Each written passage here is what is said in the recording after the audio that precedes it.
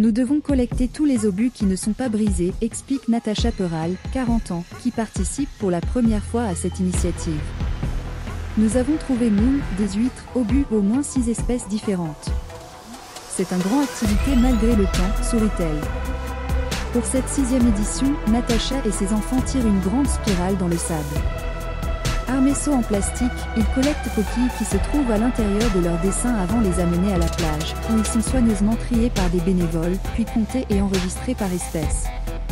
Les rafales de vent n'ont pas découragé les 10 participants qui se relaient au stand de Middelker.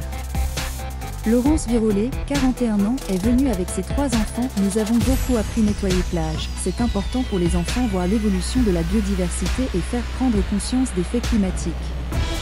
Environ 800 comptoirs coquilles ont participé à l'opération qui a eu lieu simultanément en Belgique, aux Pays-Bas et, pour la première fois, France.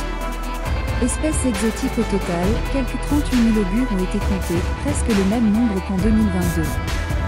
Les crustacés sont un bon indicateur de l'état de biodiversité en mer du Nord, a déclaré Jean Seyss, du Flemish Sea Institute, organisateur de l'événement annuel. L'année dernière, 15% coquilles trouvées appartenaient à des espèces exotiques particulièrement surveillées par scientifiques qui craignent d'être envahissants. Nous avons vu par exemple les espèces américaines apparaître sur nos côtes, comme le couteau américain, explique Jean Seyss.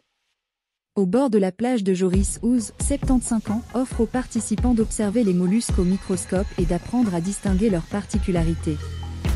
C'est un signe de changement climatique. Biologiste à la retraite, il fait partie d'une association belge dédiée à l'observation de la biologie marine. Il a été observé que les organismes vivant normalement dans les eaux chaudes apparaissent de plus en plus sur la côte, explique-t-il.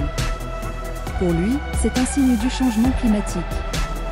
L'Union européenne s'est entretenue début mars pour consacrer plus de 800 millions d'euros à la protection des océans. L'Europe veut restaurer nos océans d'ici 2030. Si nous voulons atteindre cet objectif, nous avons besoin du public.